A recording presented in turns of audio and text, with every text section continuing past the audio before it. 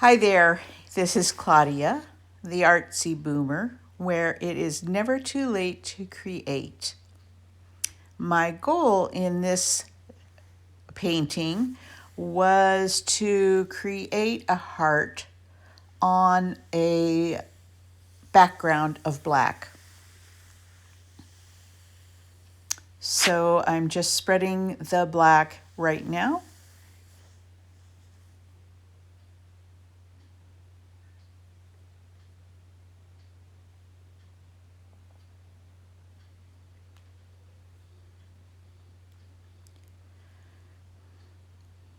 Yes, I have sped this area up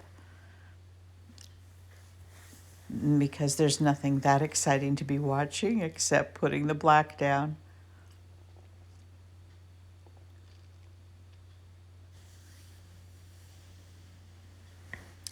Now at this point, I'm just going to start layering some paints of white and reds and pinks, repeating themselves. And you can see the little cookie cutter of a heart. And it's my intention to fill that heart so that I can create a basic shape of the heart.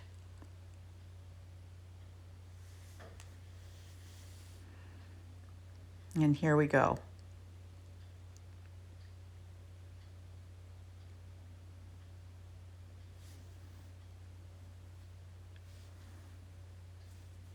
And what I'm doing is just filling the heart to the top, letting the paint sit for a minute,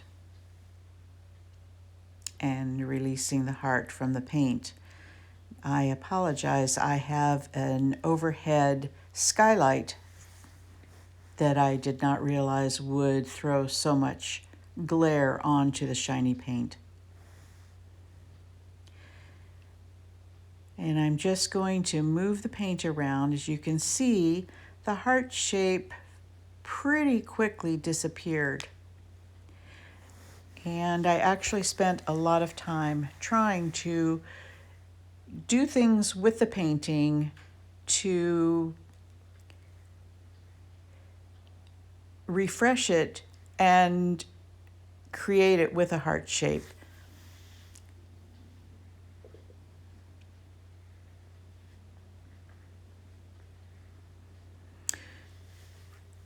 Well, paintings have a mind of their own, and this didn't turn out at all as I had planned. So I decided to try a swiping method using very thin cardboard and as lightly and gently as possible to move from the center of the painting to the outside.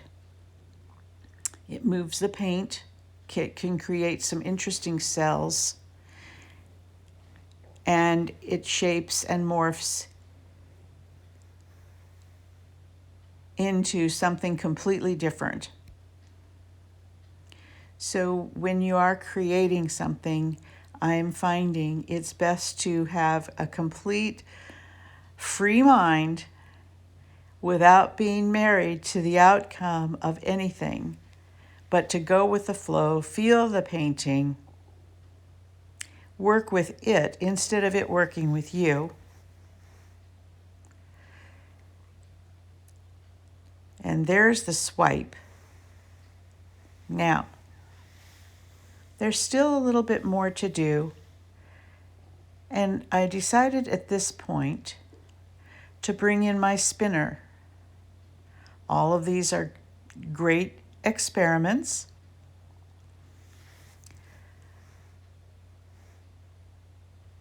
And of course, I'm recording it for posterity and for everybody's learning, including my own.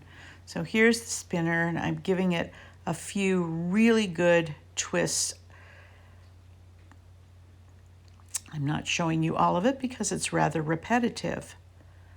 But the point is that it really did morph into something very unique, very different, not at all what I had intended, but it certainly took on a life of its own.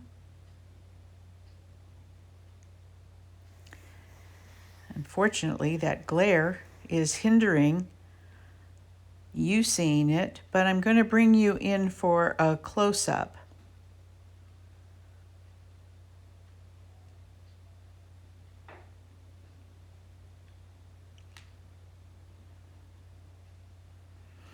And now you get to actually see, without that big glare, how lovely this picture really is.